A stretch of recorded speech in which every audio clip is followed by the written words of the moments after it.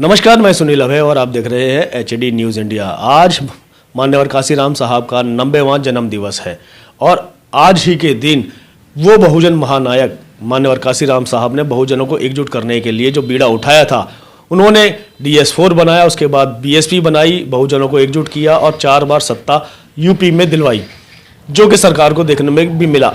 अब आने वाला समय जो है वो 2024 का चुनाव क्योंकि नज़दीक है, क्या मानना है बहुजनों का? देशराज जी हमारे साथ मौजूद हैं, BSP के कार्यकर्ता हैं और चुनाव भी लड़ चुके हैं। इसके साथ साथ अब जो स्थितियां चली हैं उन पर हम चर्चा करेंगे देशराज जी से। सर, स्वागत है चैनल पर। जी धन्यवाद सुनील जी।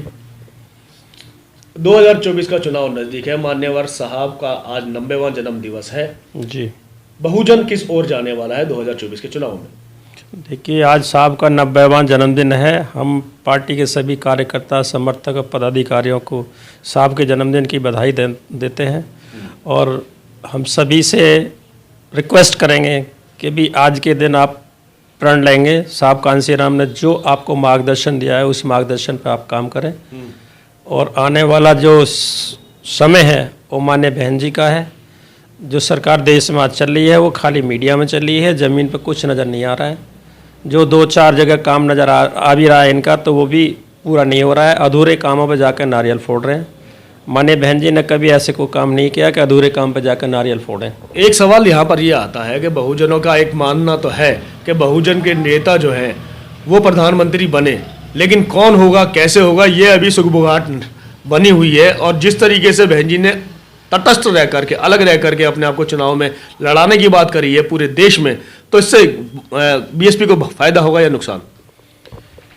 बहन जी अकेले चल के चुनाव लड़ेंगे, BSP को इससे फायदा होगा, ऐसा हमारा मानना है और हमने प्रैक्टिकल करके देखा भी है। जो 2007 में जब चुनाव लड़े थे उत्तर प्रदेश का, तो उस समय भी अकेले चुनाव लड़ी थी, वो किसी का गठबंधन नहीं था और पूर्व बहुमत की सरकार उनकी आई थी। उत्तर प्रदेश के लोगों में वो चाहती कि माननीय बहन जी ने जो कार्य किए हैं उन कार्यों को आगे बढ़ाया जाए। माननीय बहन जी ने सर्व समाज के हित के लिए उत्तर प्रदेश में 2007 में काम किया था। मैं आपको अगर काम गिनाना चाहूँ तो गिना सकता हूँ।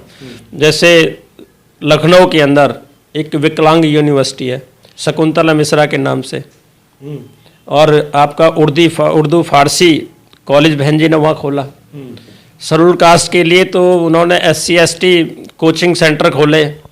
आपकी गौतम बुद्ध यूनिवर्सिटी इस पर्पज से बनाई थी 511 एकड़ ज़मीन में कि भी जो गरीब तबका है हमारा, वो विदेशों में जाके पढ़ाई के लिए अपनी ज़मीन जायदाद बेच के नहीं, जब जाके विदेश में पढ़ता है, मेरी ऐसी चाहत है कि उसे अपनी ज़मीन जायदाद बेचने की ज़रूरत नहीं है। मैं विदेश स्तर पर यहाँ पे ऐसी यूनिवर्सिटी बनाऊँ कि सारे डिग्री डिप्लोमा सारे यहीं होंगे और इसी देश में उनको नौकरियाँ मिलेंगी। और सर्व समाज की एक काम किया था बहन जी ने, ये नहीं उत्तर नोएडा, ये तो मैं खाली नोएडा की बात कर रहा हूँ, गौतम बुद्ध नगर की 4 कॉलेज बनाए बहन जी ने, उसमें सब समाज के बच्चे पढ़ते हैं।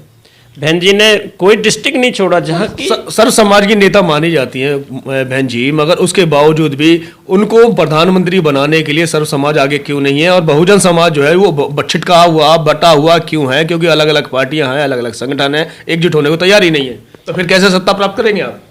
देखिए, जो छुट के जा रहे हैं ना, वो अपने निजी स्वार्थ की खातिर जा रहे हैं। वहाँ उनमें समाज के प्रति कोई लगाव नहीं है, वो सिर्फ अपने पेट भरने के लिए जा रहे हैं और जिस घर में वो जा रहे हैं ना, उस घर में उनका सम्मान नहीं है। कोई भी चैप्टर आता है पार्लियामेंट के अंदर में, उसके ऊपर वो बोलते नहीं है। माननीय बहन जी ने तो पार्लियामेंट के अंदर उन सांसदों को भी ललकारा था जो BJP और कांग्रेस या आम आदमी पार्टी में बैठे हुए थे। जब प्राइवेट बिल लेके आई थी वो प्राइवेट सेक्टर में आरक्षण वाला, तो वहाँ जो वो गुलाम बैठे हुए थे रिजर्व सीटों पर जाकर के नहीं, बहन जी ने उनको भी ललकारा था, ये देखो इधर गुलाम बैठे हुए हैं, ये साथ नहीं दे रहे हैं और ये रिजर्व सीटों जीत कर आए हैं और मैं प्राइवेट सेक्टर रिजर्वेशन की लड़ाई लड़ रही हूँ। लेकिन गुलाम तो गुलामी करेगा, वो समाज की बात थोड़ी कर रहा, अपना पेट भरने के लिए MP MLA बनते हैं वो। 2024 के बाद में ये भी सुनने को आ रहा है कि देश जो है इस समय जिस कगार पर जा रहा है, वास्तव फिर से वो गुलामी की ओर बढ़ता हुआ नजर आ रहा है, क्योंकि आर्थिक तंगी बहुत हो चुकी है, GDP खत्म हो चुकी है। बहुजन समाज के ऊपर क्या सर्व समाज के ऊपर जो है विदेशी कर्जा बढ़ता चला जा रहा है, उसके बावजूद भी सत्ता जो है वो उन्हीं लोगों को दी जा रही है जो ये काम कर रहे हैं। इससे छुटकारा कैसे पाएंगे आप? देखिए, इसमें सबसे बड़ा दोषी तो हमारे देश का मेन स्ट्रीम मीडिया है, क्योंकि वो जो मीडिया है वो स्वतंत्र नहीं रह गया है, वो प्राइवेट एजेंसियां हैं। प्राइवेट एजेंसियां बिजनेसमैनों की हैं। मीडिया आईना दिखाने का काम करती है सर, आप उनको जो है ना कुछ और ही कह रहे हैं। नहीं, आईना नहीं दिखाती हैं वो, जो सच्चाई है वो उसको नहीं दिखाती हैं। वहाँ तो जो जितना उनका बिजनेस बढ़ेगा वो बिजनेस के लिए काम कर रहे हैं, वो देश के लिए काम नहीं कर रहे हैं, अपना बिजनेस बढ़ा रहे हैं कि हमारा जो चैनल खुला है इसमें पैसा कैसे बढ़ेगा, हमारा चैनल का काम कैसे बढ़ेगा। काम वहाँ से बढ़ेगा जो सत्ता में बैठे हुए हैं, सत्ता में बैठे हुए जो लोग इशारे करेंगे। जनता की आवाज है मीडिया, जनता की आवाज को आप इस तरीके से बात करेंगे क्या? जनता की आवाज वो नहीं रह गए। अगर वो जनता की आवाज होते, अभी जो दिल्ली के अंदर चुनाव हुए या 4 स्टेट में जो चुनाव हुए थे, बहुजन समाज पार्टी तीसरी पार्टी है देश की वोट के आधार पर, उसको चुनावों में कभी दिखाते नहीं है। अच्छा, हाँ, तो ये मेन मीडिया उन्हीं के लिए काम करता है जो सत्ता में बैठे हुए हैं। सबसे बड़ा दोषी हमारे देश का मीडिया है, जो सच्चाई को नहीं दिखा रहा है। जो 81% जो देश का जीडीपी का 81% देश पर जो कर्जा हो चुका है, उसे क्यों नहीं दिखा रहे हैं? अब चुनावी बॉन्ड का मामला सुप्रीम कोर्ट से क्लियर हुआ है, लेकिन उसके ऊपर चर्चा नहीं होती है। क्यों? उनको पता है अगर हम इस पर चर्चा करेंगे तो गवर्नमेंट हमारा जो टीआरपी होती है उसका समय कम कर देंगे, हमारा चैनल कैसे चलेगा? आपको क्या लगता है 2024 के अंदर बहुजन समाज एकजुट होगा, अपनी सत्ता प्राप्ति करेगा या नहीं? नहीं, बिल्कुल करेगा, हमें विश्वास है।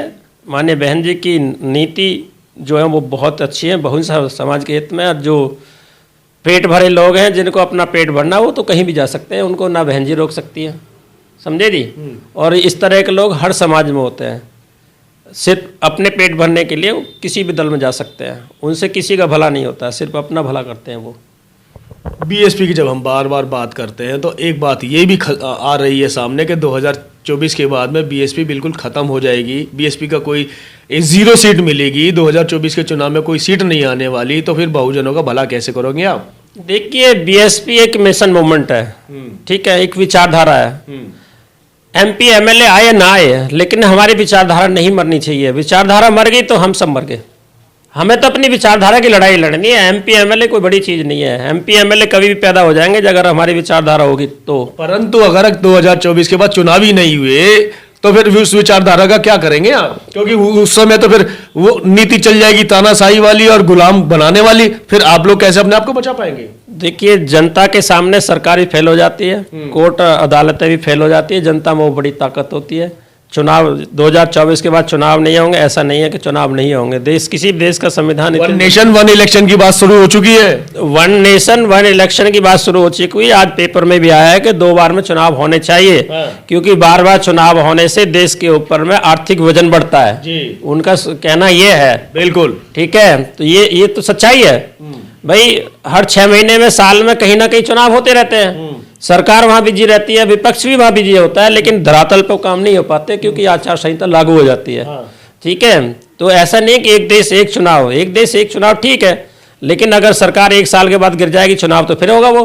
ये तो है नहीं कि वहां के चुनाव नहीं होगा। गिर कैसे जाएगी? क्योंकि 5 साल के लिए चुनाव लड़ा जाता है, तो गिरेगी कैसे? नहीं, फुल मेजोरिटी में जिनकी सरकार नहीं आएगी तो उनकी जिनसे वो समर्थन लेंगे वो सरकार कभी भी गिरा सकते हैं। तो उस परिस्थिति में तो चुनाव दोबारा होगा ही होगा, उसको तो टाल ही नहीं सकता कि वो सरकार कौन चलाएगा। फिर आपको लगता है कि जिस तरीके से आज भी देखा जाए तो 38 पार्टियों का समर्थन लेकर के सरकार में और सत्ता में बनी हुई है बीजेपी, तो वो समर्थन अपना किसी भी तरीके से किसी भी रूप में वापस ले पाएंगे? क्योंकि जिस तरीके से सरकारी तंत्र का इस्तेमाल करके लोगों को डराया धमकाया जा रहा है, वो इस लायक छोड़ेंगे नहीं कि आप उनको उन समर्थन वापस ले पाएंगे? देखिए, लोकतंत्र है, ऐसा भी नहीं है कि सरकार इस तरह से कर देगी और लोग उसको स्वीकार कर लेंगे।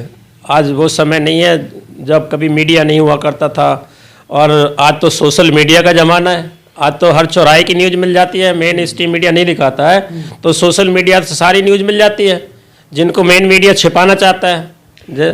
आज मान्यवर काशीराम साहब का 90वां जन्मदिवस है। इस पर आपका 2024 में होने वाले चुनाव के लिए बहुजनों को, जो कि बहुजन संख्या जिसे 85-90% कहा जाता है, उनको क्या संदेश है आपका? मैं उनको संदेश क्या, मैं उनसे रिक्वेस्ट करना चाहता हूं कि आज ही के दिन आप भाई कसम खाइए, आज आप प्रेरणा लीजिए साहब कांशीराम से, क्योंकि राष्ट्रीय दलित प्रेरणा स्थल में हमारा आज प्रोग्राम था, तो वहाँ प्रेरणा लेने हम गए थे कि भी आने वाले चुनाव के लिए हम अभी से कमर कस लें। ठीक है, आपस में कोई बात है उसको हम बाद में निपट लेंगे बैठ के, नहीं है ये हर घर में होता है।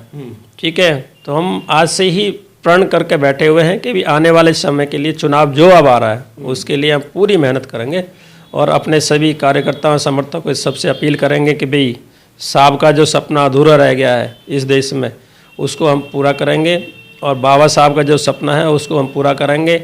और उसके लिए आधार हमारे पास बहन जी है। बहन जी की नीति और रणनीति बहुत अच्छी है जिसको सर्व समाज स्वीकार करता है।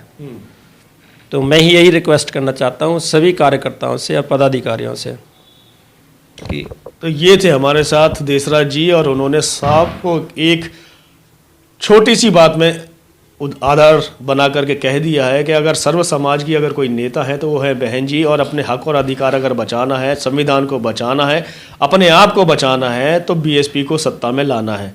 सबसे बड़ी बात यहाँ ये निकल के आती है कि बहुजन समाज की जितनी भी पार्टियां हैं, जितने भी दल हैं, जितने भी संगठन हैं, उनको इस समय ये एक आखिरी मौका है एकजुट होने का। और अगर वो अभी भी एकजुट नहीं हुए तो वो दिन दूर नहीं है जबकि जिस तरीके से तानाशाही सरकार चल रही है आने वाला समय 1000 साल पहले की गुलामी की ओर बढ़ जाए।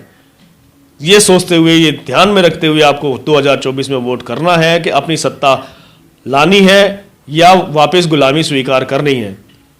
ये आप पे छोड़ा जाता है। 2024 का रिजल्ट ये बताएगा कि आप किस ओर बढ़ रहे हैं। इसी के साथ मैं सुनील अबे, HD न्यूज़ इंडिया।